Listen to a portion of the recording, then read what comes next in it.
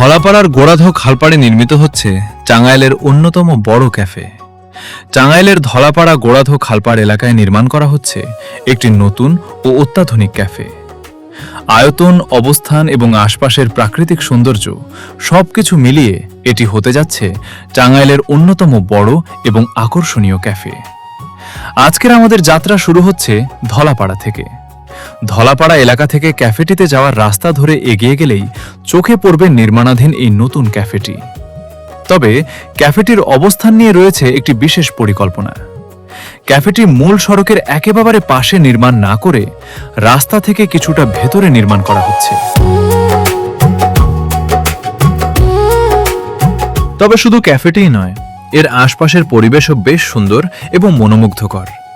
চারপাশে রয়েছে সবুজের সমারোহ, খাল এবং শান্ত স্নিগ্ধ প্রাকৃতিক পরিবেশ। শহরের ব্যস্ততা থেকে কিছুটা দূরে এসে প্রকৃতির কাছাকাছি সময় কাটানোর জন্য জায়গাটি হতে পারে বেশ আকর্ষণীয়। বিশেষ করে এখানকার খালের দৃশ্য যে কাউকে মুগ্ধ করবে।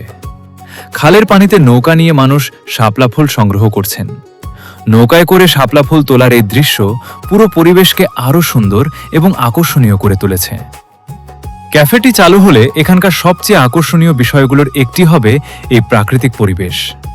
ক্যাফেতে বসে খাবার খাওয়ার পাশাপাশি দর্শনার্থীরা উপভোগ করতে পারবেন খালের মনোরম দৃশ্য এবং চারপাশের সবুজ প্রকৃতি। পরিবার কিংবা বন্ধুদের সঙ্গে সময় কাটানো, গল্প করা, ছবি তোলা কিংবা প্রকৃতির সুন্দর পরিবেশ উপভোগ করার জন্য জায়গাটি হতে পারে একটি চমৎকার গন্তব্য। বিশেষ করে বিকেলের সময় এখানকার পরিবেশ আরও সুন্দর হয়ে উঠবে।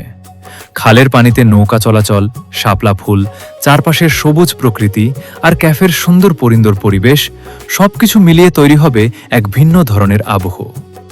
প্রকৃতিপ্রেমী মানুষদের জন্য জায়গাটি হতে পারে বেশ আকর্ষণীয়। সবকিছু মিলিয়ে ধলাপাড়ার গোড়াধো খালপাড়ে নির্মাণাধীন এই নতুন ক্যাফেটি শুধু খাবার খাওয়ার জায়গা নয়, বরং পরিবার ও বন্ধুদের সঙ্গে সময় কাটানো এবং প্রকৃতির সৌন্দর্য উপভোগ করার একটি সুন্দর স্থান হয়ে উঠতে পারে। ভবিষ্যতে এই জায়গাটি স্থানীয় মানুষের পাশাপাশি দূর দূরান্তের দর্শনার্থীদের কাছেও একটি পরিচিত বিনোদন কেন্দ্র হয়ে উঠতে পারে। ধলাপাড়ার গোড়াধো খালপাড় থেকে আজকের প্রতিবেদন এখানেই শেষ করছি। সঙ্গে থাকার জন্য সবাইকে অসংখ্য ধন্যবাদ।